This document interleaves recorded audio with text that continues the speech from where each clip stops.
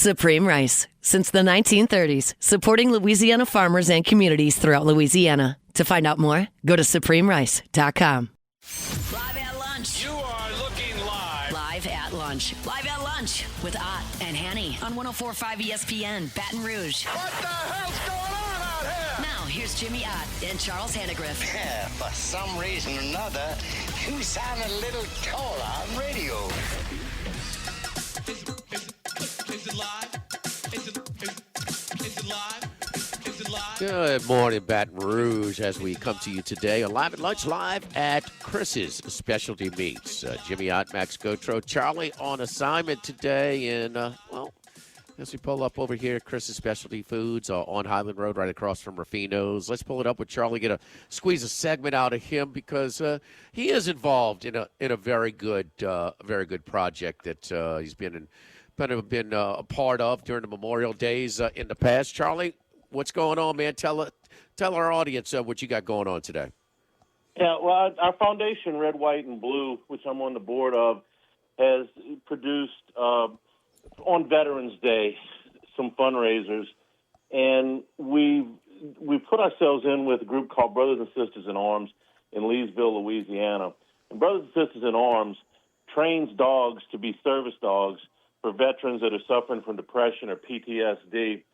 And over the last two fundraisers, the last two Veterans Days, we've managed to raise enough money to help them open their new facility, which will allow them to train dogs regardless of the weather and the outside conditions. So we're doing that grand opening today. We're about to leave for Leesville right now. Very excited about the project, very excited that we were able to help them open this brand new facility. All right, Charlie, let's get to the good job. So very a great project that they have going on in Leesville. Charlie, what about the Saints yesterday? Come up a little bit short. They did backdoor cover. That was another good day. What did we do yesterday, Max, on Football Sunday?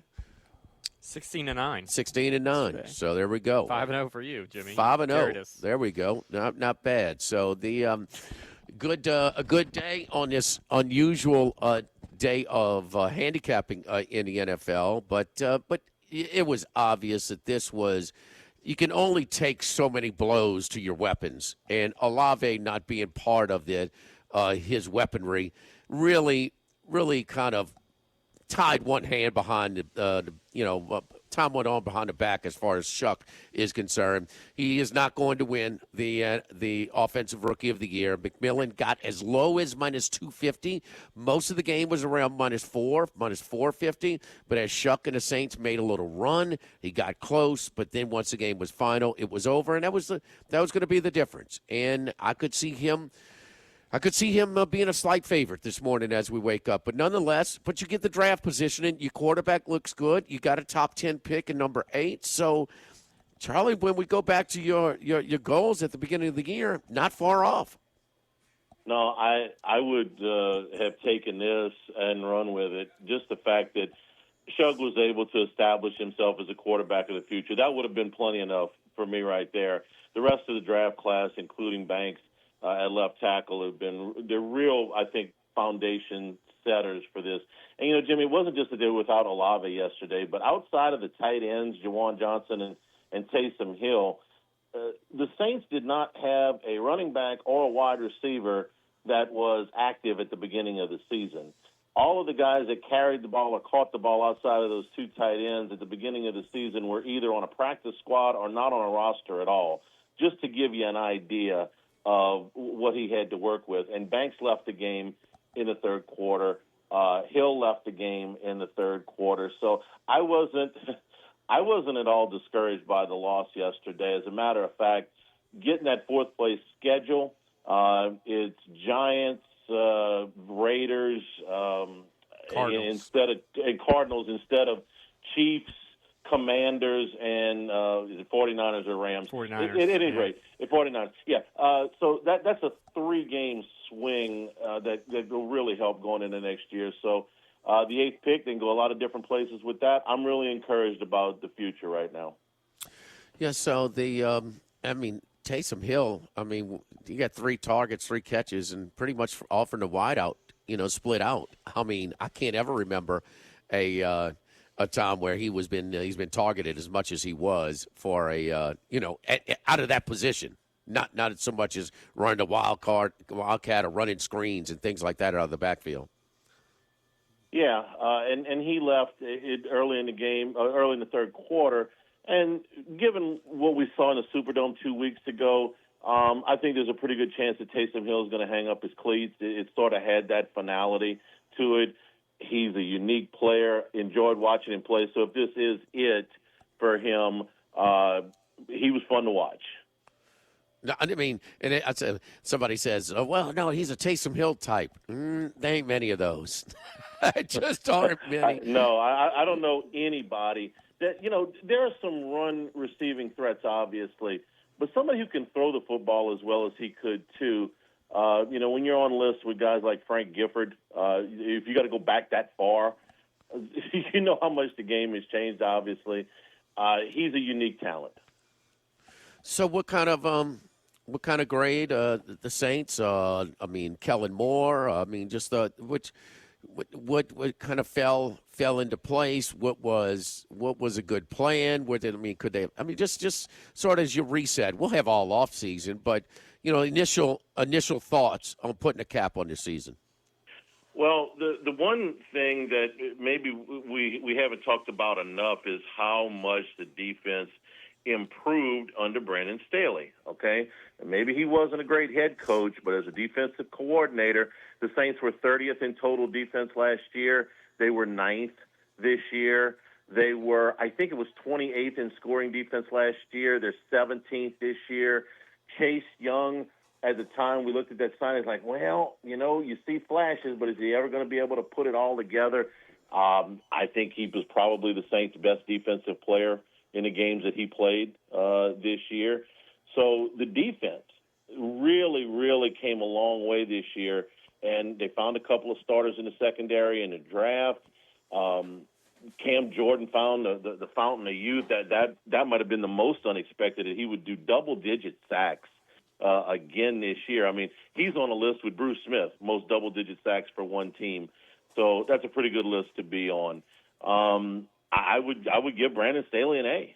You came as far as you could come in 1 year, and then on the offensive side, listen, they're still not scoring as many points as you'd like, but they never had the whole package together. You just saw pieces. You never saw the full offensive line with Chuck, with Alvin Kamara, with Chris Olave and Shaheed before they traded him. So, man, just getting back what you have on this roster back on the field is going to be a big, big upgrade for week 1 of next year. And that's before you add anything in the draft and free agency. So as I understand, for a 6-11 season, it sounds crazy. I give this season an A. And how much, if they would not have, how would it be looked upon differently? I know the fan base, if they didn't go on this little winning streak at the end and win 4 of the last 5. And finished 2 and 3 the last 5. I think the fans would probably look at it a lot differently. I wouldn't. If Chuck had these exact same statistics, but the Saints had lost, a couple of these games, I wouldn't look at it any differently. To me, the difference is not that you beat the Panthers by a field goal or the Buccaneers by 4. It's that you found building blocks. It's that your rookie head coach, I thought, was way better in the second half of the season than he was in the first half, getting his sea legs kind of underneath him. Again, those defensive starters that they found. Getting guys like Danny Stutzman, okay, is another example. Guys who just got a little bit more playing time in the second half of the season. All those things you can build around. The winning streak was nice, okay, but it was all against teams with losing records. So, again, finding those players was way more important than the actual W's in my estimation. All right, Charlie. Lane Kiffin is being advised by somebody because he I thought made a wise decision to pull out. He and the governor making a spectacle of going down to the Ole Miss game. So that's good to know that there's at least somebody trying to advise him on some of this stuff. And I wondered how it would play the same type of stuff. You get the whole package. Again, what positive could come out of that whole thing? But I do have to laugh that, Ole Miss's biggest win in modern football. We got to go back to Johnny Faught, and that's ways back. But their biggest win, I hear a lot of, well, he's, they didn't need him at all. They showing they don't need him. But in reality, and I guess it's just my opinion, but please, any football person, the person that is the most responsible for their success is Lane Kiffin, the architect of the roster, the offense that they're still risk, and things like that. Fans will be fans, but now he's having to go to a B list because it looks like Sorsby's going to go with his girlfriend to Lubbock. Yeah, his girlfriend and a really, really hefty check. Probably, if the reports are correct, north of $5 million. Texas Tech is serious. Okay, I mean, if you just watch the first 72 hours of the transfer portal, these people are serious. They are not backing off of their financial commitment, and if it's just about money, if money's going to make up your mind, then they seem bound and determined not to be outbid. And it's not just for the quarterbacks. We've seen it in other sports as well. So that commitment that Texas Tech has made is no joke. I think that Kiffin has probably started a little slower than most people had anticipated. Certainly the fans, I think, were probably expecting more in the first 3 days than, somewhere between 28 and 30 guys going out and only one so far coming in. But that's going to pick up. There's over 4,000. Last I checked, over 4,000 players in the transfer portal, and the transfer portal window is somewhat misunderstood. You have to put yourself in the transfer portal in this 2 week period. You don't have to sign anywhere. Now you want to get in there to get to spring practice, obviously, but there's some time there to sign players. So they're off to a slow start, but I got to believe the guy knows what he's doing. It's not his first rodeo. He rebuilt that roster at Ole Miss the first year. I think they ended up signing 32 kids maybe in that first year, and that was, at the COVID time. So the slow start, not exactly what maybe a lot of people were hoping for, but I'm not in any way panicking right now. What is a goal on a timeline moving forward? Well, to be enrolled at LSU, I think they've got 3 weeks to the late enrollment period.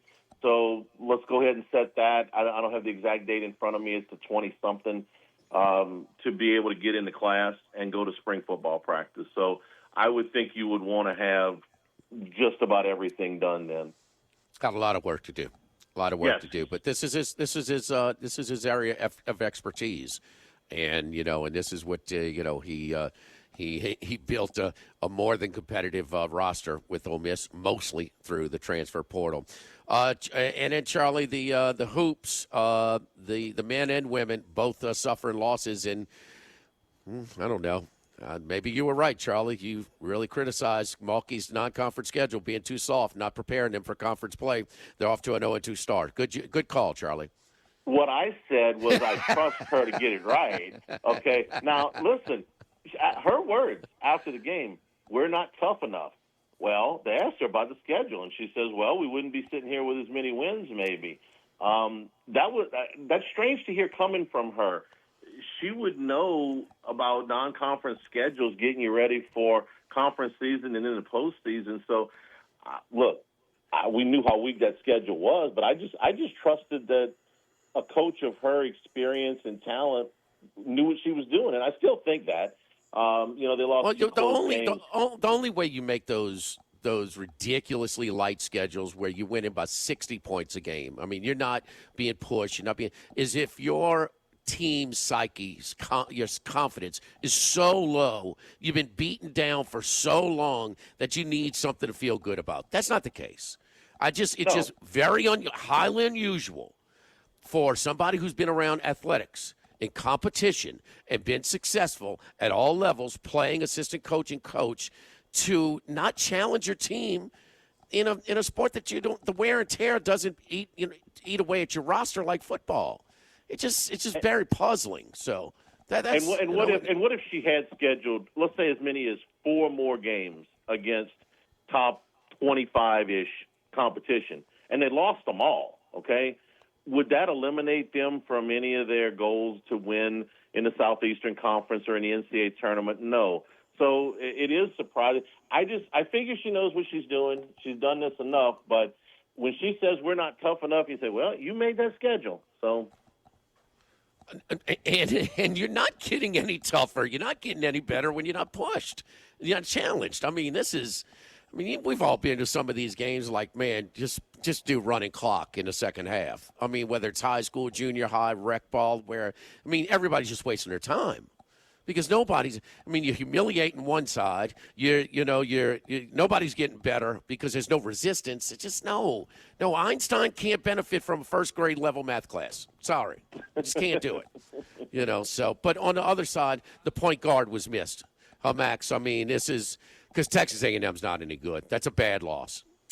It's not. I was actually encouraged by the result, considering DJ Thomas has been their whole offense. I mean, when he's been off the floor at times this year, the offense just gets really hard to watch and gets stagnant. They struggle to create these open looks that he generates for so many people. He generates the whole offense, and so Thomas being out was a really worrisome sign to me, but they stayed in the game, and they had a chance. They had a lead there late in the game. Ultimately, you have 3 back-to-back turnovers down the stretch in crunch time where you needed it, and that's where you saw really where Thomas has missed, just getting the ball in the front court easily and generating offense. Well, unlike Mulkey, her team is probably going to – it's just a matter of seeding. That is going to cost them, okay? That's it. If they stumble out and are not as prepared for conference play because of a ridiculously light schedule, she's still going to be in the tournament. That's not the case here.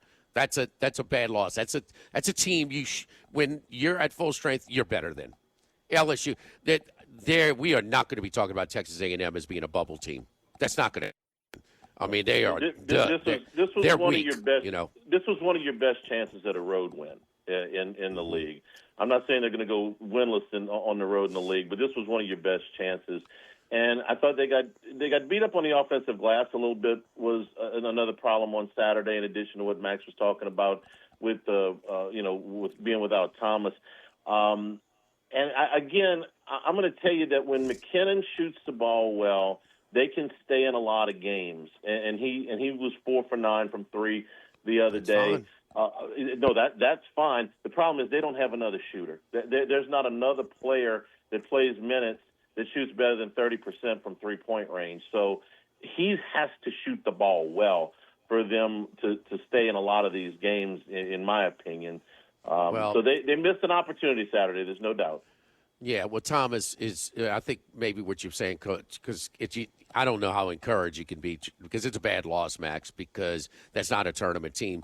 But they were still competitive without him, and you would expect it to be less competitive. Right. They were playing hard. He has been, well, we hope so. It's your conference opener. I sure the hell hope so. But, it's just the selection committee is not going to be super conscious of Thomas being in or out of the lineup. It's an unfortunate time for an injury. With all the easy games that you had this year, for him, this was one of those 50-50 games. And watch the game. If he plays, they should look like they would have won. Yeah, they were 6-point underdogs without him. Yeah. And I think, you get a chance to bounce back tomorrow at home against South Carolina. That's a team you should beat without Thomas regardless. But. Charlie, you're doing a good thing, man. Great job over in Leesville today. Great project for our Wounded Warriors and the Dogs Assistance. And we will see you back tomorrow at Doe's. Guys, have a great show. See you tomorrow. All right. Don't forget it. We're over here at Chris's Specialty Foods on Highland Road, right across from Rafino's. And, right when you walk in, we always have the warmer. We got the cracklings, the meat pies, the crawfish pies, the boudin balls, kind of, grab and go and things like that. But you know what? As we turn the page from Christmas and New Year's, it's carnival season. Boudin king cakes. So what Chef does, makes their own dough, and they fill it, fill it with the boudin. So if you just eat it, it's got more of a little bit of a salty sort of dinner snack, sort of like that. But you've got the dipping sauce already, which is whipped.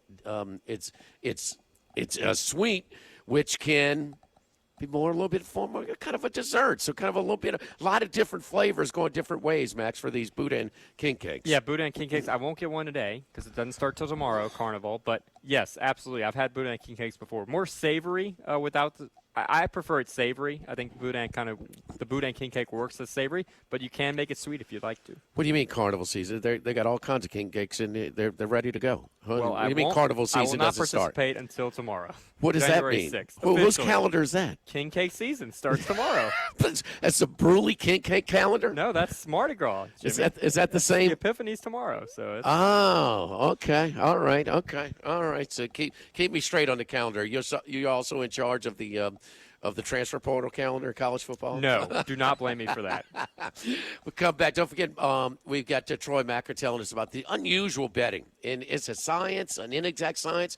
It's a little bit of teams trying, a little bit of teams resting, a little bit of teams playing with heart down the stretch. Like the Saints, and some teams that have kind of phoned it in, like the Jets. So there's a lot of moving pieces in handicapping that final week of the regular season. But we had a great day yesterday. Also, Mitch Moss. We talking about these the awards markets, and boy, you saw a lot of movement. Well, it looks like Chuck is now down to 15-1, fourth choice for offensive rookie of the year. So McMillan goes over 1,000 yards on the Saturday game, even in a loss. He's the odds favorite, minus 1,000, so laying 10-1 there. But also Vrabel. Vrabel's now minus $4 at DraftKings to be the coach of the year. Shanahan was close. McDonald, you can make a case that McDonald did more than Shanahan did this year. Had a tougher schedule, but maybe. And also Matthew Stafford in a game where he really didn't play that well.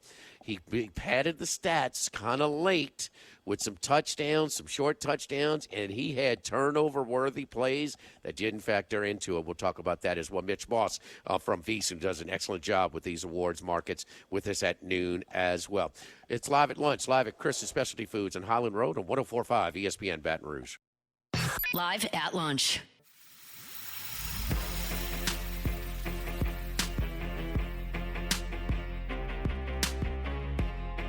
Live at lunch with Ott and Hanny. Live from Chris's Specialty Foods on Highland Road.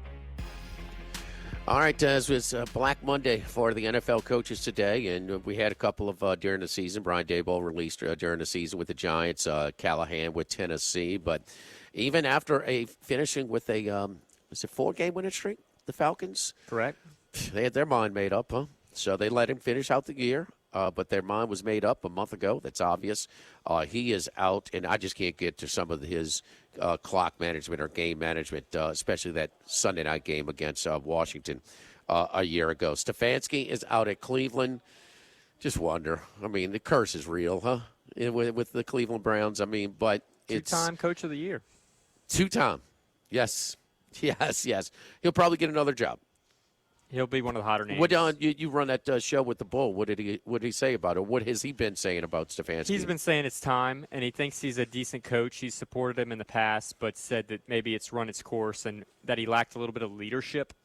Dealing with Deshaun Watson, which was not his decision. It was the ownership's decision to bring in Watson, but ultimately that wasn't handled very well, that whole process, and so that he does question a little bit of the leadership capabilities of Stefanski, but overall did a good job long term. Just it was time to move Pete on. Carroll released at the Raiders, and it looks like the Raiders are a tough organization to try and they are compromised, no doubt. They're tough, and so past his prime, Carroll is fair to say. A team that also flat out tanked at the end, so they're looking to make a move. That's not the more interesting thing that's come out of the Raiders camp, but it is Tom Brady, who is a minority owner, who he has shown is expressed interest in. And you wonder about this guy, where his future is going to be, because he sued the last team that fired him. And Brian Flores, with the Miami Dolphins situation, who's had a really good run for the Vikings. They finished on a 5-game winning streak. They actually went their win total over with the win yesterday against Green Bay. So, and if you watch the Christmas Day game, I mean, they destroyed Detroit's offensive line in that game. So he finished strong again. But Flores, and thinking of Brady, thinks they need somebody to challenge them. They need somebody who's going to, just not not baby him in this whole thing, because that it's interesting that Brady wants a little bit. He thinks that this club needs this type of leadership. Brady off to a rough start. He was part of the reason they brought in Pete Carroll, and it was a complete disaster.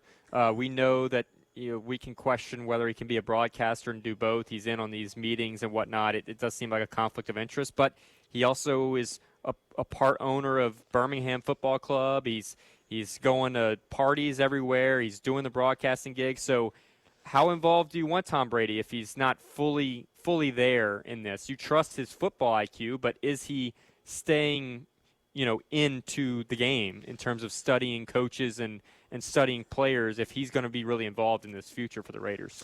A guy that had a kind of a bright, some people thought was going to be one of these young up-and-coming coaches. The Cardinals have parted ways with Jonathan Gannon. So that we are up to 6 now with that one, and I guess Kyler Murray. So they probably going to let him walk. I mean, how many coaches is Kyler Murray going to get fired?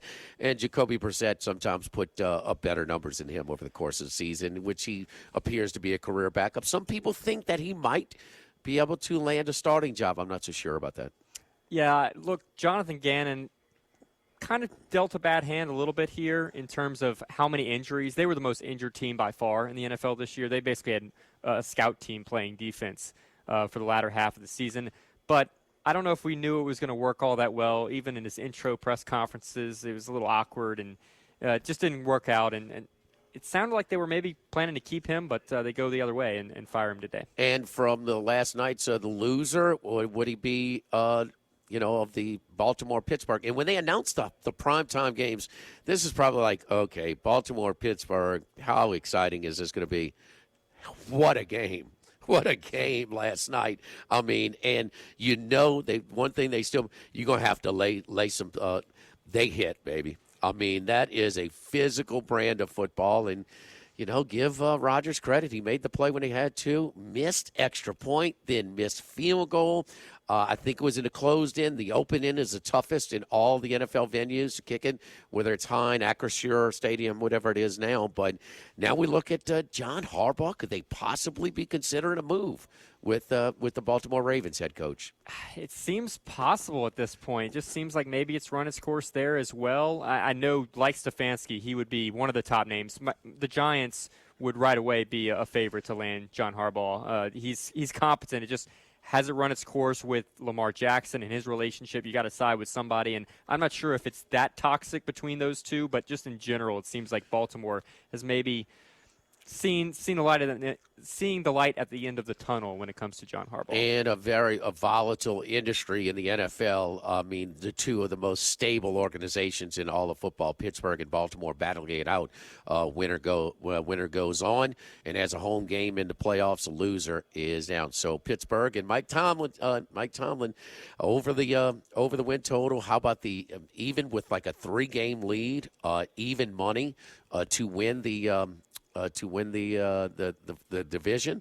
So, I mean, and we were still taking bets as far as making bets on Baltimore making a run in the AFC if they got in, and it couldn't do that. If you missed it, Lamar Jackson got a little bit upset with some of the questioning at the game last night. So he did play, and he played well last night, but could not get the field goal to. Don't worry, Zach Taylor will be back next year. All good. Joe Burrow endorsed him, so he's back in Cincinnati. Joe Burrow, the football player, all-timer. Joe Burrow, the GM, part owner, no. But we said this. We're not surprised that Cincinnati is a compromised organization. They continue to stumble upon it. You've got to move on from him. Don't forget our friends over at Legacy Title. Chad Reynolds, Legacy Title. For all of you real estate closings, 296-0060. Full-service title company servicing all of South Louisiana. Ashley Donald, Adrian Galata, Michael Platt, Mariana Haynes, Natalie and Bradford Smith. Buying, building, refinancing. Nobody choose but you. Choose Chad Reynolds, Legacy Title, 296-0060. Check in with Troy Macker, see how get a recap in the NFL weekend. Look ahead to the Final Four Thursday and Friday night in college football in the semifinals as well with Troy Macker of Bet Rivers. Live at lunch, live from Chris's Specialty Foods on Highland Road across from Rufino's on 104.5 ESPN Baton Rouge. Live at lunch.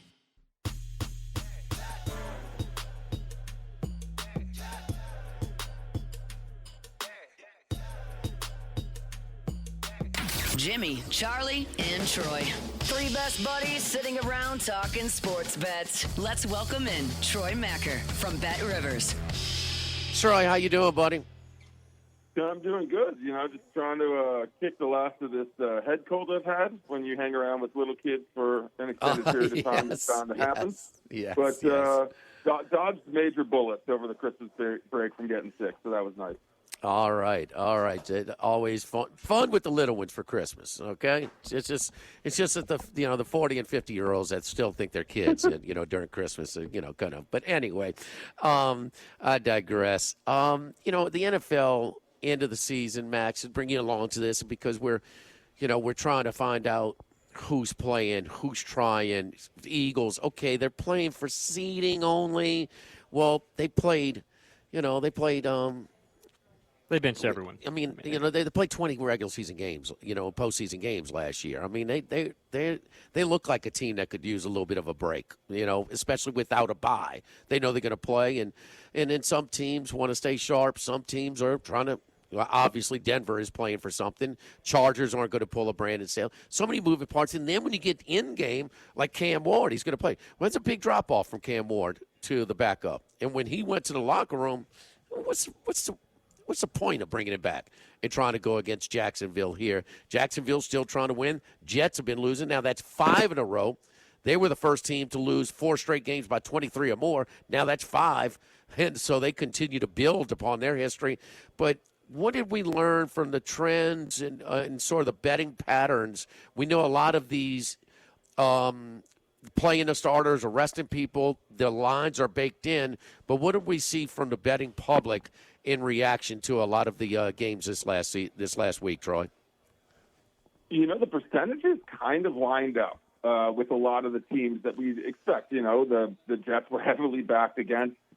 We took a lot of action on the primetime games. The only really interesting one, in my opinion, that was different than what we maybe expect, but it also has a lot to do with injuries, is Minnesota and Green Bay. We took a lot more money on Minnesota than Green Bay. Now, Green Bay was dealing with a litany of injuries. They're limping into the playoffs. Minnesota has not been good. I have not been impressed with them. We don't take a lot of money on Minnesota. We don't take a lot of tickets. That was the only one where just like the team with the better record wasn't backed by more money. Now, again, there's a reason for that. But Minnesota, was backed by like 64% of the spread money and 75% of the outright money to win. That's the surprise.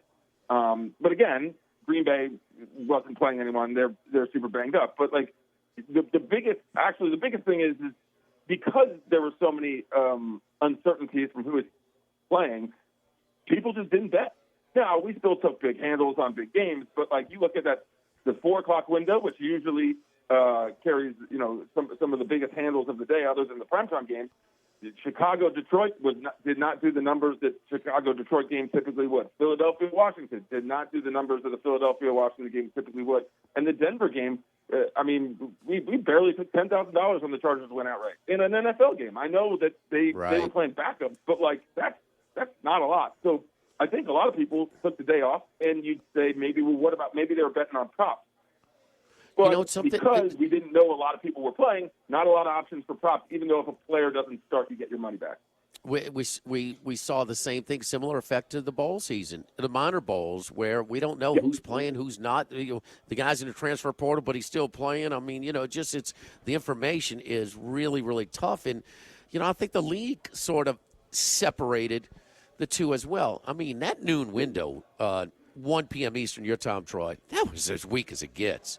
I mean, that was some really – there wasn't a whole lot. So you took the 3 best games. You had a doubleheader on Saturday and your prime time on Sunday, and those had something. So those handles shot up, and the rest of them really suffered. And so you just had a lot of teams that weren't playing. Interesting. Now, then you also had from the live betting of I'm sitting with a friend yesterday. He says, well, you got to do this. Hey, man, you don't have to do anything. These guys, I mean, you telling me. So what was Green Bay wants to get in and out. It's a preseason game for them. They're banged up. They're having to play. Their seeding is set. They want to get in, get out. They didn't even play their backup quarterback. Negative passing yards. Okay, so they're going. So they're just running the ball with about 6 minutes to go, and they're running. They actually have a little drive going, and they get like inside the 25. Then they start throwing the ball. And so, but then they run it again. It runs all the way down. He calls timeout with 1 second to go to kick the extra point. Oh, by the way, plus 15.5 was plus 650 live betting. And it hits. I mean, it's just like when remember when they say, no, here's the percentage play. This is what you do. My point is, you don't really know. I mean, what is the point of to avoid the shutout? To call a timeout with 1 second to go to kick a field goal? Yeah. I mean, who's keeping track of that? I mean, an offensive coach. Carroll did it. I mean, a couple weeks ago, yeah. Yeah, Carroll did it when he was down 10. Yeah. It's window dressing. I guess the lesson here, Troy, that I would have from this week, like bowls, like you mentioned, Jimmy, I think that's a fair comparison. Week 18 is probably something you want to get on earlier in the week when you're getting the information in. I mean, I look at the Eagles were minus 7.5 when that opened up. They barely played anybody when all was said and done. The Chargers opened up at minus 9.5 last Sunday. They end up resting everybody. They're catching over 2 touchdowns when all is said and done. So this is maybe something we need to learn going into next year, that you got to get on these earlier in the week when the information's coming out. And also some of these teams, like the Saints, like the Falcons, happen to be playing each other that are all in. They're still. I mean, the rosters are limited, but I mean the effort. They're trying to win. I mean, Minnesota's the same way. You know, as long as they played McCarthy, and then what sense does that make? What is McCarthy? What does he need to do before we can evaluate him to play? Yeah. What are you going to sit him? The second half of the game yesterday, he needs to play. And so it's just some really and a guy who's highly respected like Kevin O'Connell. Like what? What we need to. I mean, you've got something invested in him in a pick. You got to evaluate him. He's missed so much. He missed an entire season his first year, and then all kinds of this year as well. And they don't play him. The other thing, Troy, maybe Riley Leonard was motivated because, wait a minute, y'all think this guy in his mid-40s is a better option than me playing right now, because he played his ass off yesterday against the best defense in the league, and there's no doubt who was a better option. Colts missed on that one. Leonard gives him a better chance at winning than Phillip Rivers did. Yeah, that was honestly probably the best game of the afternoon slate. It was great because they were scoring. There was a little bit of intrigue. It was a really strange week. I think there was maybe I'm just forgetting Week 18 last year, but it seemed like there were more backups playing than normal. Maybe there were more teams that had punted on the season at this point. Maybe the matchups were just bad, even though they're all divisional games. The one thing I will say, in not to compare it to bowl games, is that typically we get one bowl game a day, and usually it's in the afternoon, and people are milling around maybe half days or whatnot. So there's more excitement to bet. I woke up, I'm prepping for the week, trying to get my kids ready to go back to school. None of these games yesterday seemed like, even if it was interesting late, like the Commanders-Eagles game, that was interesting late. I suppose I had no desire to bet live on Josh Johnson driving at all. But, you give me a Western Kentucky, Central Michigan game at 2 p.m., yeah, absolutely. But you're not competing with anything else. So the competition of the Sunday slate with just mediocre football across the board, I think, is one of the reasons he was so down in the average handle of the game. Well, we had a good day yesterday. We'll take it. So, any kind of way, we're a little bit more devoted football gamblers than most. But I can understand people are tired of the headache, trying to figure out. No, they want to know who's playing, and you know what? They know who's playing in the playoffs. They know who's playing in the college football semifinals. How about Josh Allen? Got the start, immediately benched. Keeps the start streak going.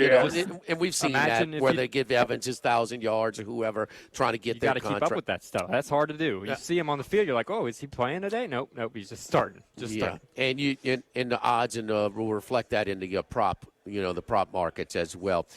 Is it over? We saw the Vrabel now at Bet Rivers for Coach of the Year is, let me pull it up, is minus 385. Mike McDonald plus 425. Lim Cohn plus 800 in third choice. And now for MVP, Matthew Stafford minus 182, Drake May plus 140. That's very, very tight, but a little bit of separation. I think as soon as the Rams game was done, he was maybe 120, 130, but it has drifted up to 180, and we've even seen some minus $2 out there, Troy. Yeah, that's super fascinating. I think Coach of the Year is pretty much wrapped up, but the MVP is very, very fascinating. I mean, Drake May's metrics are off the charts. But what Stafford has done for all but 4 games was incredible. The problem is he had 4 really bad games. Obviously, the game against Atlanta, that game was at the Panthers, who they are playing again, like multi-interception games. And that game against Atlanta couldn't have come at a worse time because Drake May had just thrown 4 touchdown passes now, albeit against the Jets. But I'm super fascinated because I don't think there's a wrong answer here. I think they've both been the 2 best players in the NFL. And right now, it would behoove Matthew Stafford to win it for the book, simply because we took more money on him earlier in the season. People were still not out on Drake May, but even when he had longer odds, there wasn't a huge investment there. So, but there were long odds, and now that he's come into the fray, Matt Stafford would be a less of a blow for us than Drake May winning the MVP. All right, follow Troy on Twitter at Troy Macker. That's Machir. Troy, we appreciate it. Getting back your routine, man. Get them kids to school, and we'll talk to you on Friday. Sounds good. Thanks, guys. All right, don't forget, we're over here at Chris's Specialty Foods today. Chris's Specialty Foods on Highland Road, right across Highland Road from Ruffino's. And we've got Boudin King Cakes. Boudin King Cakes are over here. They're available. They're ready to grab and go, along with all of our other stuff. And was it any better than cabbage from Chris's Specialty Foods for New Year's Day? I mean, the cabbage and black-eyed peas, nobody does them over here like they do it at Chris's Special.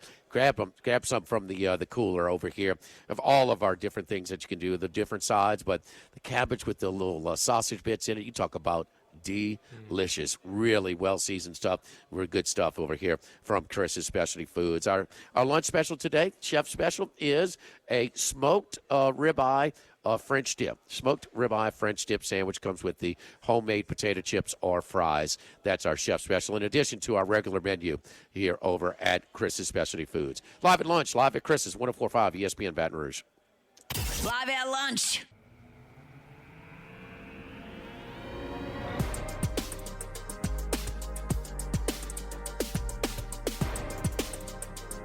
Live at lunch with Ott and Hanny.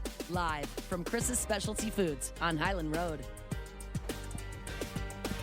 All right, wrapping up hour number 1. A little bit, not a ton of activity, but a little bit of wide receiver nabbed out the transfer portal by LSU, Max. Yeah, the one real addition we've had so far, Jackson Harris, a wide receiver from Hawaii, kind of came out of nowhere this year. Played 2 years at Stanford, and when I say played, he was there. He barely played at all. Transferred to Hawaii this year. First 3 games, kind of a non-factor, but in this run-and-shoot offense, Michael Alhado got the ball to him. In his last 7 games, he played 10 games this year. The last 7 games, he had over 100 yards in 6 of the 7, finished with 11 touchdowns in 7 games. So he was almost a 1,000-yard receiver when all was said and done. But 6'3", 205 pounds from California, a sophomore. So you got some time with him. But Jackson Harris, the first big addition to this portal class. You want to talk about a coach maximizing his resources. I mean, Timmy Chang, that was a mess.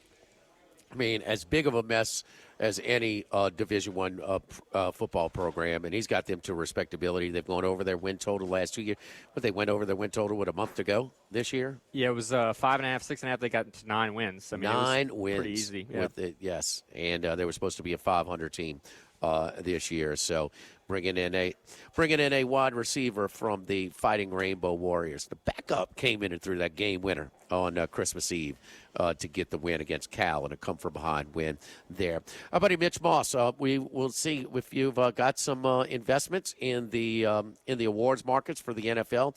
Give us maybe some advice and talk about how this thing has come down to this point right now with the awards markets in the most notably Coach of the Year and MVP. It's live at lunch, live at Chris's Specialty Foods on Highland Road across.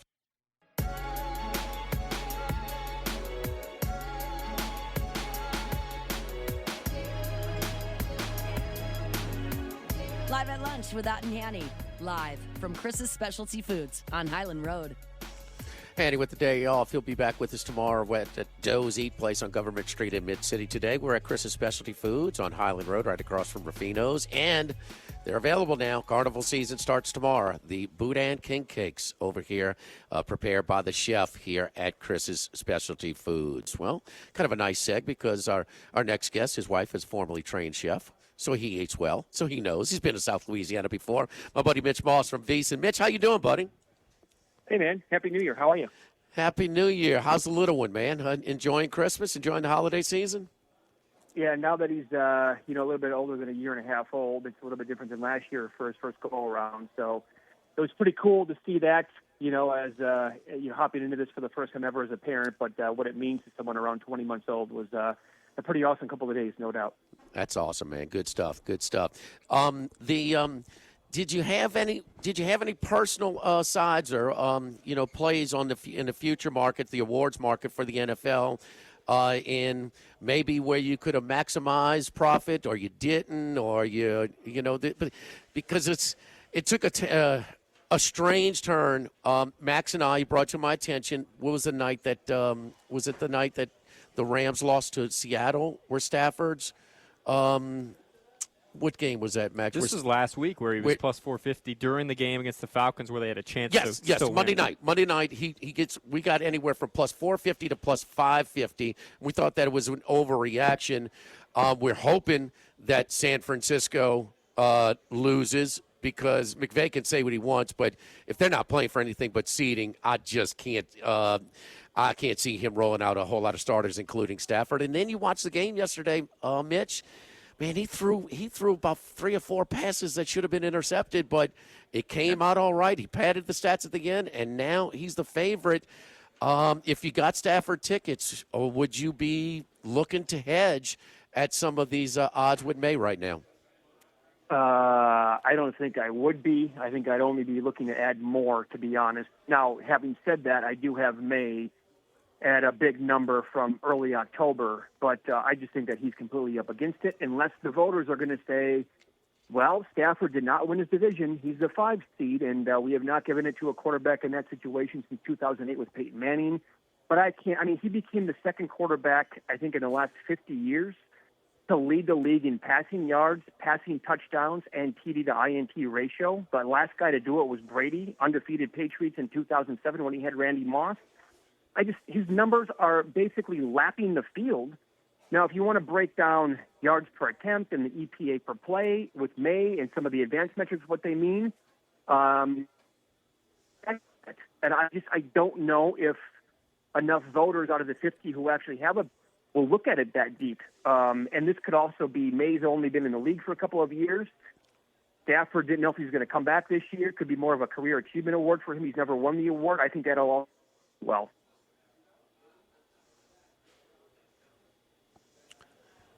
Did we lose Mitch? Okay. He cut out for a second. So we're talking to Mitch Moss and Veason, talking about the career. I think the career achievement part of this is very real. So it's just. Michael Jordan didn't win some awards, some MVPs in the middle of in the prime of his career. If you're a voter, you can justify voting for Stafford because this is it for him. This will be his one MVP. He's not probably going to win another one. You can justify and say, hey, you know what, Drake May, maybe we're giving a hard time here, but he'll win one in the future because we think he's that good. It's easier to explain to yourself. And then the fatigue part of it too. Okay, with Lamar Jackson may have had better numbers one year, but he had won a couple of them already. And so but we're talking. We lost you for a second, Mitch, but we're talking about the career achievement element of this voting. We think it's very real. And a guy like Matt Stafford, so to have clearly a better season than he did when they won the Super Bowl. Yeah, no doubt about that. I think that will probably weigh in. And just again, when you look at the overall schedule as well, the Patriots have had one of the easiest schedules in the league going back the last 15, 20 years. Meanwhile, I saw something going into Week 18 that the Rams played the toughest. I think it's the toughest schedule for a playoff team since 2004. Doesn't that factor in as well? I get it. It's the NFL, and you have to play who you play. You can't get away from that. But, that whole thing has to outweigh the May opponents. And people are going to say, like you brought up the stat heading yesterday. Well, didn't May do the same thing against the Jets a week ago? So I just, at the end of the day, I think Stafford is going to maybe even potentially run away with the award. And I think that you guys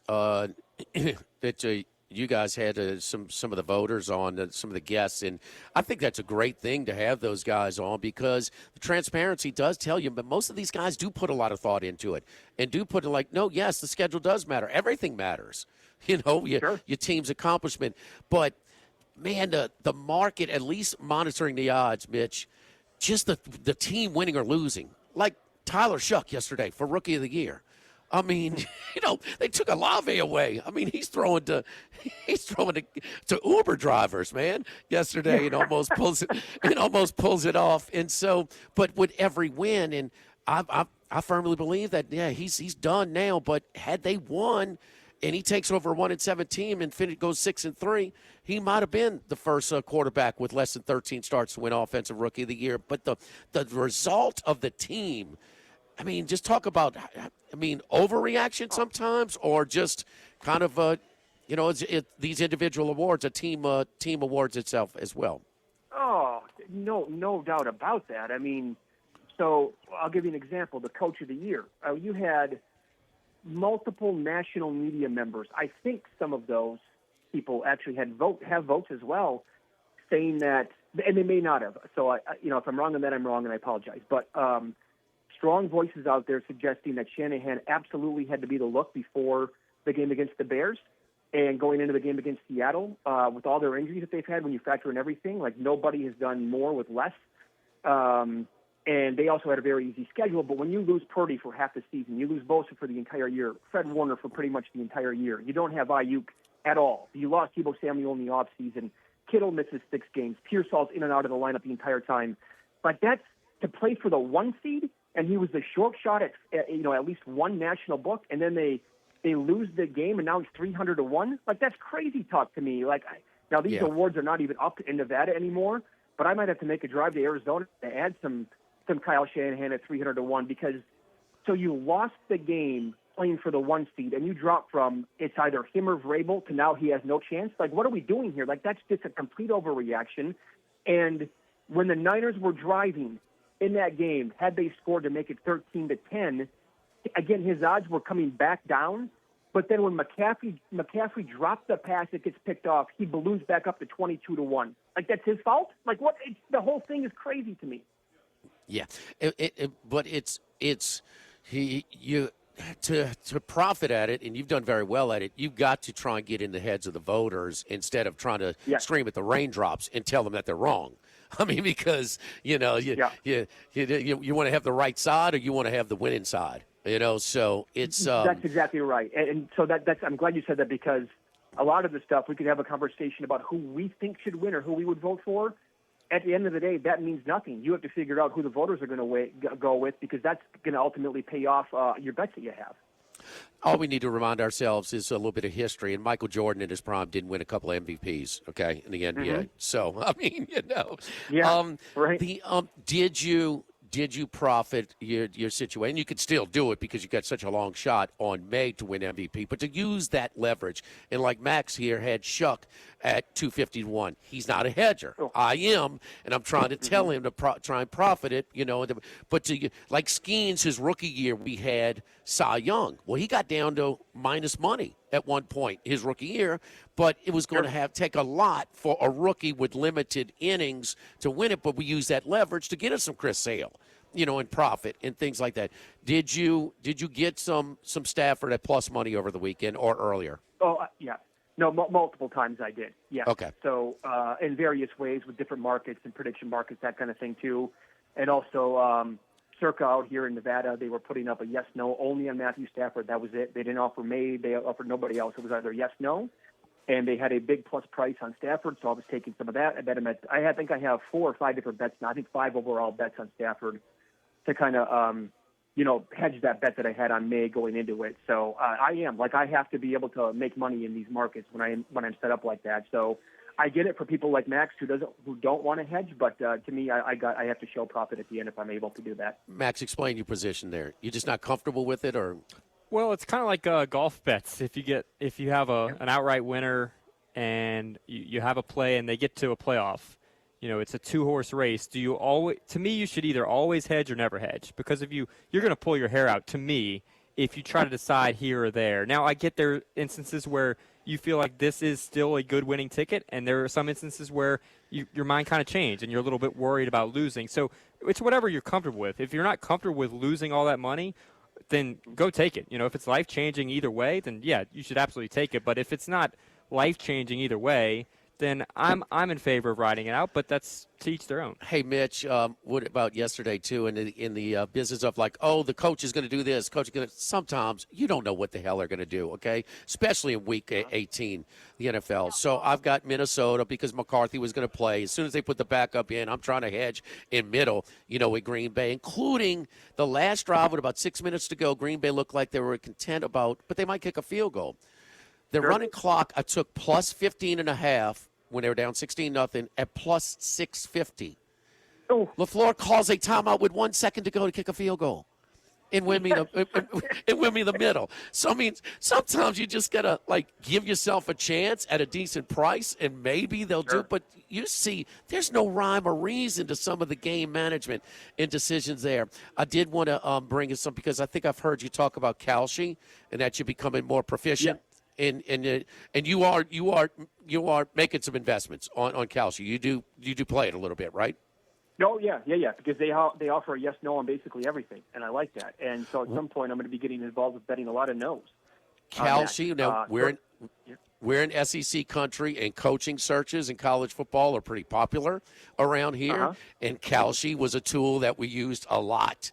In referenced a lot. And speaking of that Kalshi, so May was 1% in October. He got to 10% on October 18th. So he was a second-year starter, for New England, and kind of came up. But tell us what you've learned and kind of help us out on trying to play the Kalshi market. Well, so far I'm still kind of dipping my toes in it, but it's the stuff changes quite a bit, and it's also very good for live betting. That's one thing I've noticed as well. You can get down on pretty much everything with the live betting, and they offer. I mean, these markets are going to be up during games. A lot of books here in Las Vegas, anyway. I don't know how it works state by state, but they'll take down awards markets during games. Kalshi, they rarely take it down. They took down the MVP market of the NFL. I think a little bit. It was the night after. Or after the Rams-Falcons game in the morning of, they took it down from what I noticed anyway.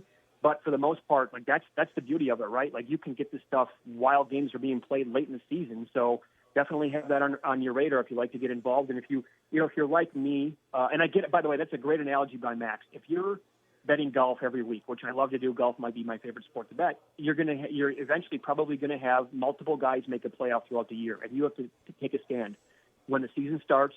Or what kind of person are you? Do you want to hedge your bet when you make the playoff? If you do, you have to do it every single time, I think, without fail, or you never do it. You can't pick and choose your points to do it. So, and with these awards markets, when I have big bomb numbers like, a 95-1 on May, to me, I want to show a little bit at the very end. So Kalshi was one good spot where I could get down at some pretty good odds on Stafford throughout that team.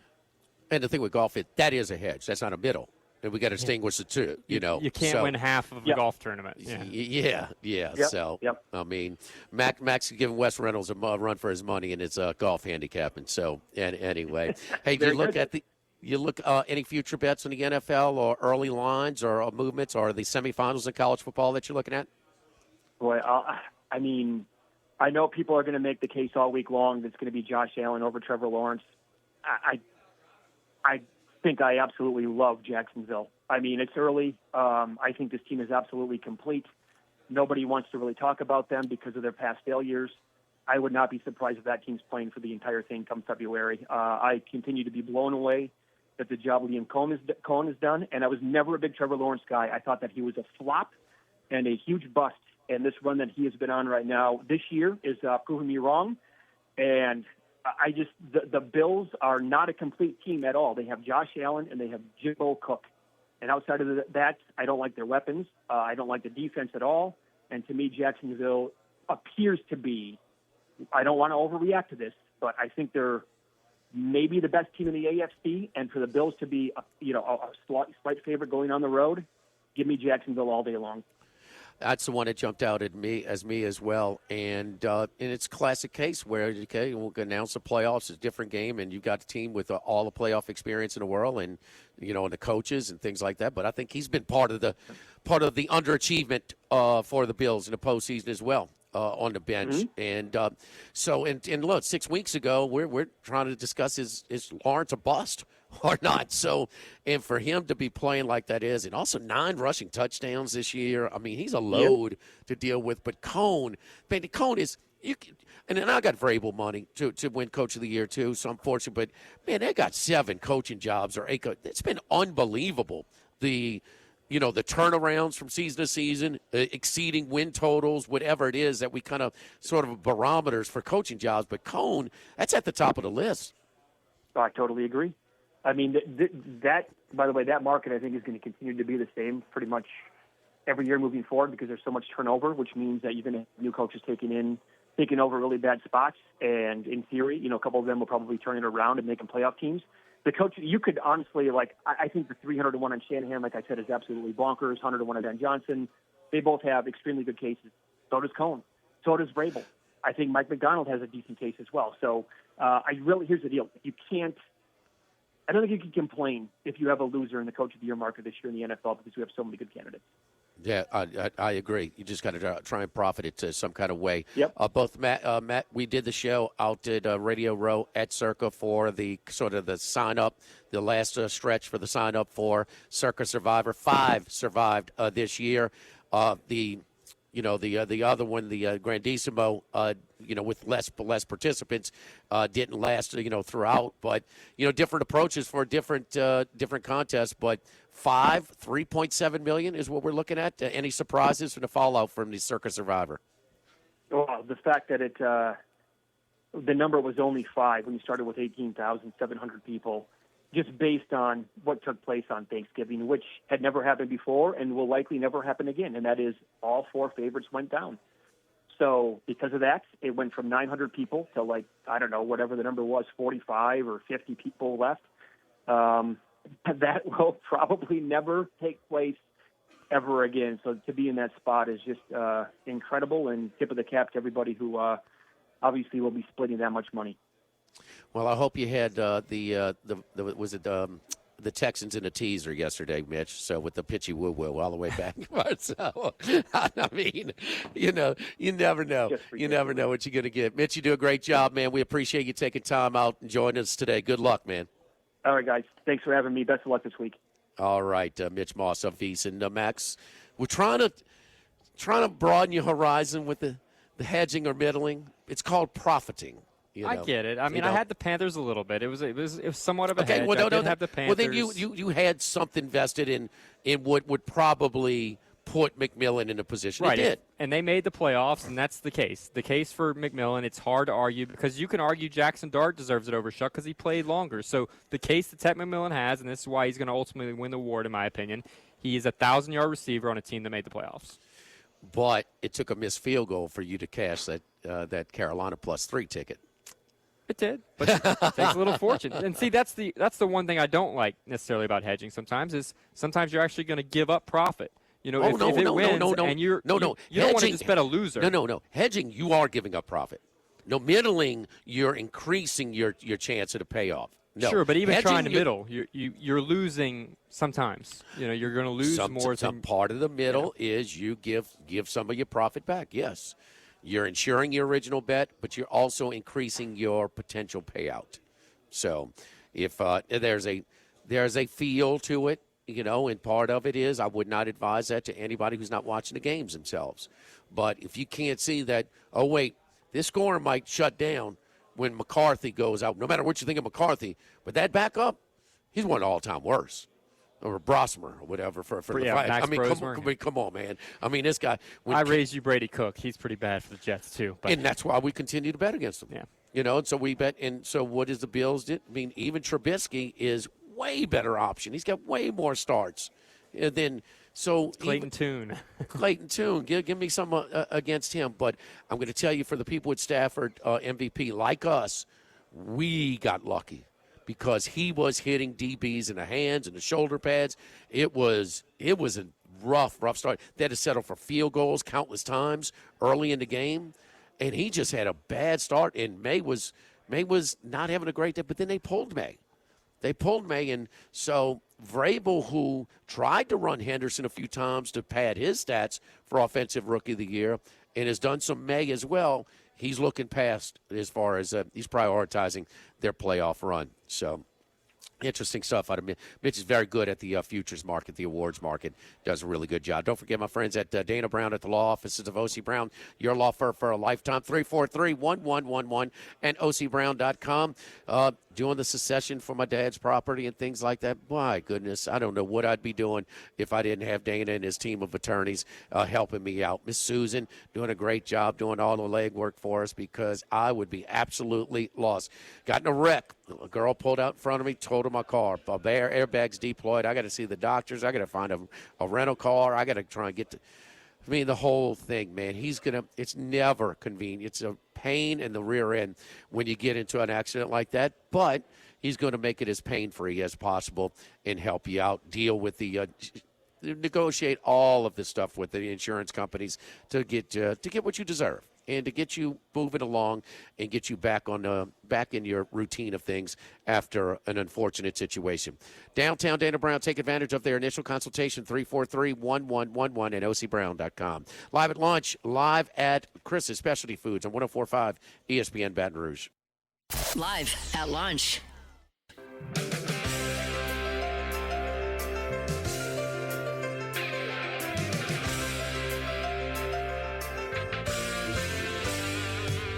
Live at lunch with Ott and Hanny. Live from Chris's Specialty Foods on Highland Road.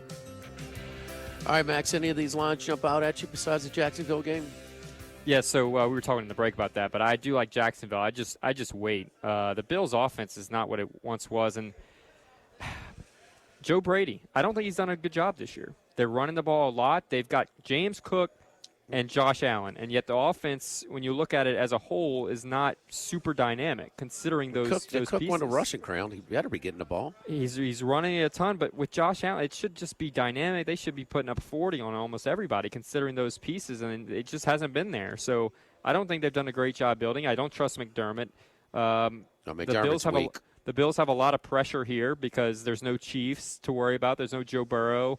The Ravens aren't there, so there's a lot of pressure to get it done. I think that adds to this, and Jacksonville's playing better than pretty much anybody right now. So they're probably going to have to go on the road and win 3 road games. It's going to be tough. Yeah. I mean, this is no layup by any stretch going to Jacksonville. I would just wait, though, because Buffalo's going to keep getting money. I don't think, people are going to keep betting Buffalo, and so you're getting -1 on Buffalo right now, -1.5. It might go up to 2.5, 3. So I'd wait on Jacksonville. But the other standouts to me, I kind of like the Eagles. This line's kind of between 3.5 and 4.5. But the Niners right now, Trent Williams dealing with a hamstring injury. You think he's going to go?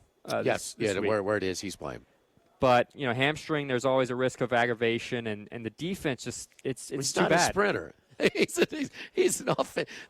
Trent Williams at 370 pounds or whatever it is to have a hamstring injury is bizarre. I mean, he's not running, go routes. I mean, you pull a hamstring when the guy is, the batter is trying to, leg out an infield single. A guy is broken open and the, receiver's broken open and he's trying to, sprint home to the end zone past the secondary. When you 100% exerting. How much is he exerting in his running that he pulled a doggone hamstring? You never know.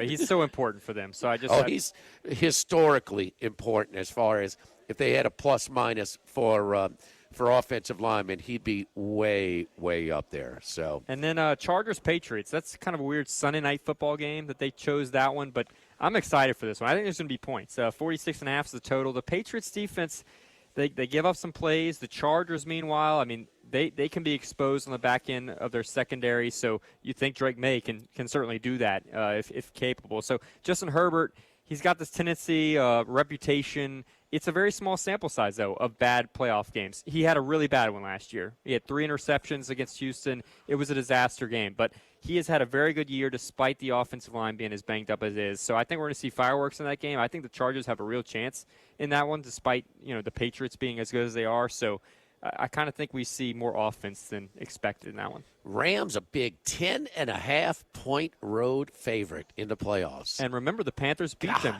in the regular season, right? This was the game where you saw Stafford throw 2 back-to-back picks on drives when he had that big interception streak going, games without interception. Right. So the Panthers got it done in the rain in that game. But one was a pick 6. Yeah, and that kind of flipped the game. So the Rams are in payback mode here, but do you really trust the Panthers? I can't. Well, the interesting part is you have some of these first-time coaches like, Carolina. This will be his, Canales' first playoff game.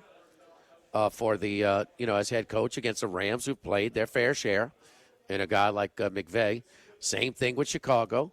This is that young rookie coach's first playoff game against LaFleur, who's usually in the playoffs and played a lot more. The quarterback and also the head coach.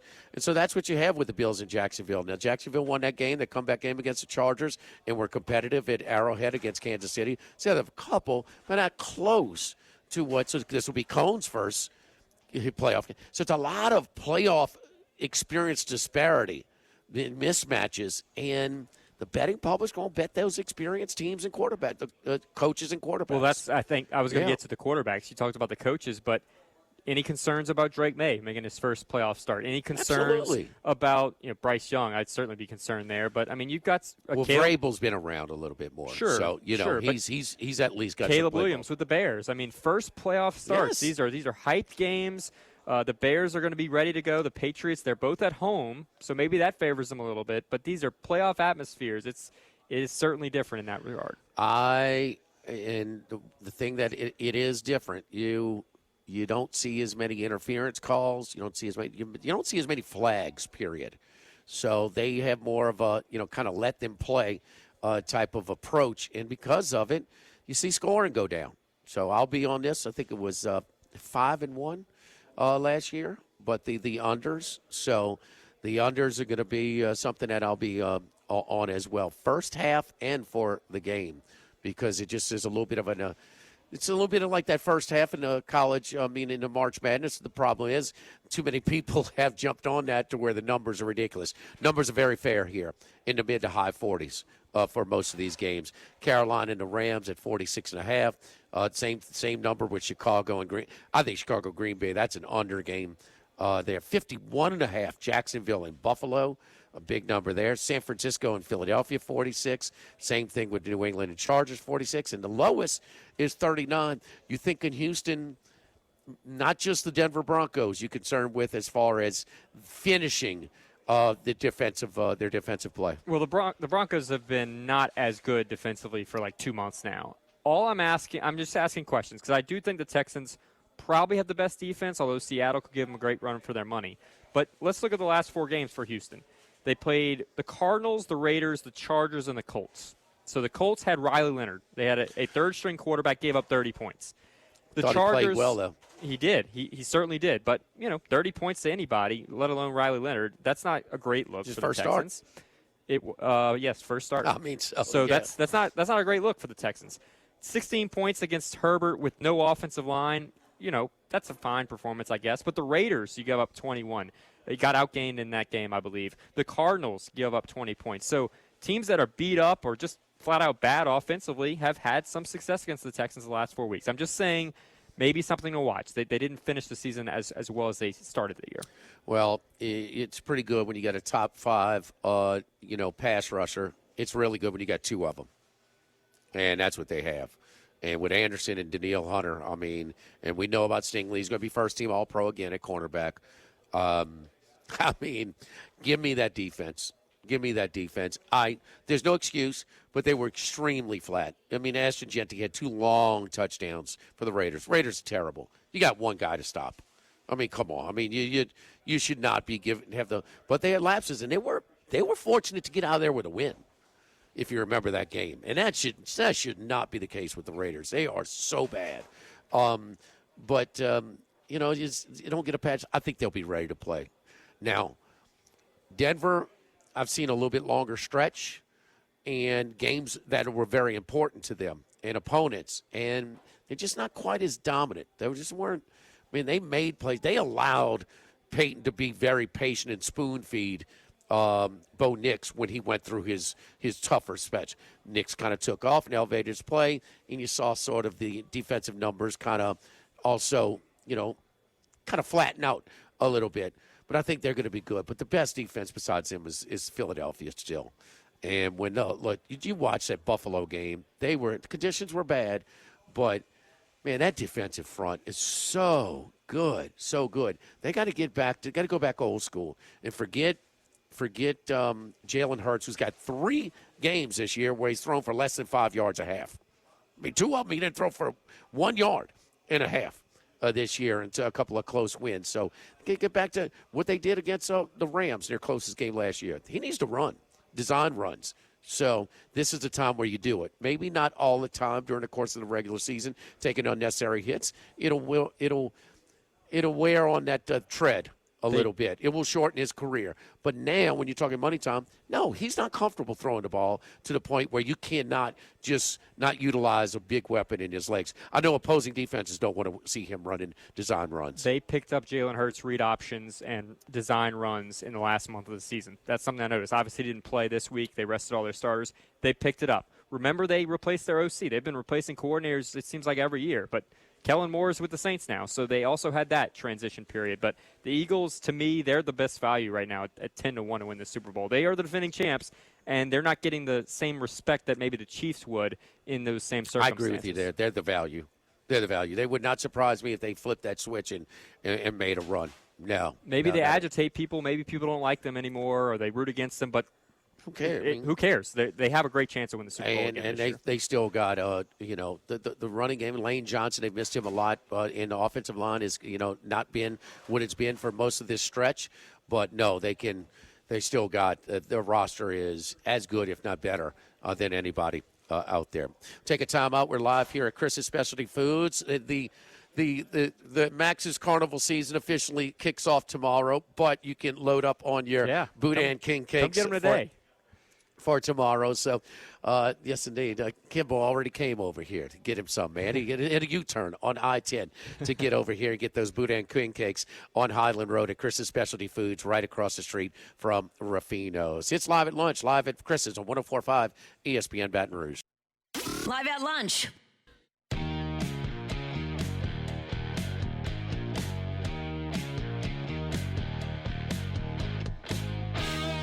Live at Lunch with Ott and Hanny, live from Chris's Specialty Foods on Highland Road.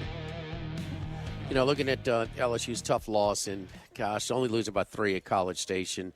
Thomas is such a big piece to what they do at point guard, and has really improved his level of play since coming over from UNLV. I mean, just awful timing, in your conference opener to be unavailable, and it probably cost him the game. Max, we both agree with that, right? They win the game with DJ Thomas. So, looking elsewhere, Arkansas and Tennessee in Fayetteville was a wild one, and Arkansas pulled away. And, boy, Tennessee just missing a little something, just a little bit off so far, but double-digit loss there. Texas is really, Sean Miller, who's been all over the place, Xavier, Arizona, and now he's back at Xavier. Now he's in Austin. They're going to have a rough go of it. They lost in overtime to Mississippi State at home, 101-98. Kentucky, what is going on in Rupp Arena? Is it not the 45% of the collective? Does that not go into effect for next year's roster maybe? Because they've been getting drilled 9-5 on the season. And Kentucky's best win of those 9 wins, it is really weak. I mean, you're looking at Indiana. They beat St. John's at home. St. John's is, 2 wins at home, but that was no contest for Alabama. They win by 15 comfortably at home. And I got to say, the standalone game, they got an early start 1 hour before, but Will Wayne's team kind of never in it from jump against Virginia. Virginia races out to a 20-point lead at halftime and coast. Now they got it down to cut the lead in half to about 10 or 11 the second half early, but still lose by 15. Virginia's got like 5 international players. Of course, they moved on for Tony Bennett, but kind of a damaging home loss where you favor about 4.5, 5 points for Will Wade's NC State Wolfpack. Yeah, that wasn't great. A couple things just looking at the SEC from my perspective. Georgia wins a thriller in overtime. Great They're game. 13-1. Their lone loss, a neutral site 3-point deficit to Clemson. So Georgia's right there this year. They are someone to watch out for. They're 18th actually now in the newest AP poll that dropped just earlier. Georgia won it twice, because at the end of regulation they had a 4-point lead. They fouled the a 3-point shooter with a second to go. You fouled a 3-point shooter up 4. You should be nowhere near anybody with the ball. Just let them shoot the ball. Game's over. So he makes the first 2, misses the third on purpose, and they get the rebound and put it up and in to set it in overtime. So a 4-point play with less than a second to go, and then they win it again in overtime by 4. Vanderbilt's still undefeated. They're still going away. They win pretty easily in Columbia over South Carolina, a bad team that LSU will take on tomorrow. But Vanderbilt's still hanging around as an undefeated team. They are currently now 11th in the rankings. And then one team, LSU now has a win over what is now a ranked team. SMU is damn good, and we saw them play LSU in the blender, and LSU won that pretty comfortably. They were leading pretty much the whole way. They beat North Carolina by 14. That was an impressive win for the Mustangs. In Dallas. It was at home. Okay. They were favored in the game, so it was a slight favorite, but they won much more comfortably than they did. It's just one of those typical games. It seemed like it meant a lot more to SMU than it did to North Carolina. North Carolina was hitting prayer type of shots, but just low percentage shots in that one. But just speaking of Vanderbilt, and I've been lukewarm, it's just kind of slow to warm up to them as far as just being a special team. Maybe I can't get over that game at Memphis where they really struggled and were very fortunate to win. But just going out and taking care of business. I mean, yeah, they're 10-point favorite at South Carolina. That's a big number on the road. But it's 15-point game. I mean, they're just not taking – they're not playing around with opponents and keeping lesser opponents hanging around. So they put them away pretty early in that one. Yeah, Vanderbilt, I like him. I like him personally. I know that maybe you could question who have they really beaten? They're 82nd in strength of schedule according to Ken Pom, but Ken Pom has them as the 6th best team in the country. They have them as easily the best SEC team. I need to see them a little bit more down the stretch of SEC play where they'll be challenged on a more weekly basis. But Mark Byington, this is his second year there. He was impressive last year. They went to the tournament basically his first brought year. a brand new team in, and this year they've got a lot of new pieces as well. But Vanderbilt, there's one thing, they've cared about basketball before. We've seen this. And they're a private school. They can put a lot of money into this when they care. We saw they care a little bit more about football this year, but they can care about SEC basketball. And this team looks like a team they're worth caring about for sure. Speaking of a caring, it means more and all this stuff. And have you seen the narrative floating around about, now that everybody can pay their players instead of just under the table, that's why the SEC is been knocked down a notch? I mean, the Big Ten, you could say some of those schools have a lot of money. You could certainly say that. And right now, Jimmy, I was thinking about this. The SEC did not win a bowl game outside of the college football playoff. Yeah, they did. Outside Texas, of the playoff? Texas. Okay. Texas beat Michigan. That's the only one. That's your one. Yeah. Okay, but they had a rough bowl season. Yes, right? yes. No yes, doubt. Yes. I mean, Ole Miss beat Tulane, and then Alabama beat Oklahoma. But, I mean, how does that – you beat another SEC school. So no, you don't. Is the Big Ten the best conference right now in football? And, I mean – not as deep, for sure, but – the SEC had the strongest conference RPI. So, I mean, it's just one of the few things we can go on. And, I mean, it's just they still had – because let's face it, if you want to separate it into 3 tiers or 4 tiers, but after that first tier, if you want to put 3, 4, whatever it is, Big Ten arguably and probably Metric, they had the better teams. But all the way on down, no, the SEC was considerably better. But I mean, so and it showed in the metrics in the power ratings. Is it about the average RPI to you, or is it somewhat about your best teams? Right? I mean, Ohio State, Indiana, Oregon. Those are 3 good teams that maybe Georgia could compete with. by themselves, and that's about it. I think that also it has something to do with now Iowa and Vanderbilt was on the square, but Iowa was a damn good team, and I think they were motivated.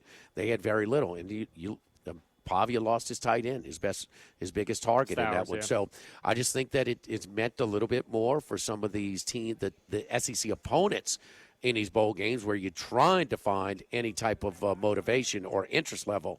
So, but they and it was really lopsided this year. But I think it's just cyclical. I do think the one thing where we're not seeing, and I'm maintaining, I didn't see a super team, didn't see certainly like a 19 LSU team or the Georgia back-to-back teams or one of 5 different teams from Alabama. And the depth, it's football. You're going to lose players. And their depth, their 2 deeps are going to play immediate playing time at some decent programs instead of sitting here and playing as a backup. And that has just hurt the overall, the super teams, And I always said that about Georgia. Georgia was the SEC champion, and they're not close to what they were, in some of those years, struggling against Tennessee and Auburn and teams like that. So we'll take out for last time. I'll come back and wrap it up here from Chris's Specialty Foods. Again, Boudin King Cakes are available now over here at Chris's Specialty Foods. Just exhaling from an unbelievable stretch of busyness over here for the holiday season. And I'm telling you, man, that stuffed cabbage or the cabbage with the pieces of sausage in it, that stuff is excellent, man. Really, really good. The smothered cabbage, I should say, over here at Chris's Specialty Foods. Going to pick up some stuffed chickens as well on the way home. It is live at lunch, live at Chris's on 104.5 ESPN Baton Rouge. Live at lunch.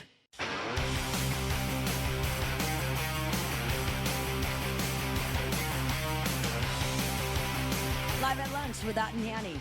Live from Chris's Specialty Foods on Highland Road. All right, so we take a pause from football. Well, not necessarily. So the FCS championship, it is tonight and on national TV, 6:30. And our FCS specialist, Randy McKay, the big dog, who had a nice 2-0 yesterday. But he's got Illinois State. So Illinois State, he says that they are a product of the toughest conference in college football, and they went on the road and beat North Dakota State, and they have been crushing everybody since, catching 10 points against the more established Montana State favorite in this one. They're playing in Nashville, huh? Yeah, Nashville. Nissan no more Stadium, Frisco, Texas, huh? Yep, they moved that. Great story, Illinois State. 4 straight road games. They beat Nicholls State transfer quarterback Pat McQuaid in Villanova in the semifinals, and here they are. Great story. 10.5 points, though. Might be tough to come by, but I'll be rooting them on. Indiana is your favorite to win the national championship in football at plus 130. Basically, second choices, Miami and Oregon at plus 3 and plus 320. These are from our friends, the DraftKings Sportsbook at the Queen and Bally's. And Ole Miss, still the longest shot at 6-1. You had a chance. I stumped you guys yesterday and said, the best player in college football right now. Just really didn't come up with it. I can't see how anybody can make a case for somebody who's playing at a higher level than Trinidad Chambliss. I mean, quarterbacks for sure. I almost think of Messidor at Miami, on the edge with Ruben Bain. They have wrecked games, but yeah, quarterbacks. Is there anyone better than Chambliss? It's hard to argue that too. Yes, indeed. So that is later in the week as well. Which game's Thursday and which one's Friday? Thursday is the Miami game, I believe. Yeah, Thursday, Miami, Ole Miss, and then Oregon, Indiana on Friday. For Jordan Kitchens back in the studio, Charlie will be back with us tomorrow. We'll be at Doe's Eat Place in Government Street. From our friends over here at Chris's Specialty Foods. Again, Boudin King Cakes are available as we speak over here at Chris's here on Highland Road right across from Rufino's. 104.5 ESPN Baton Rouge. Live at lunch.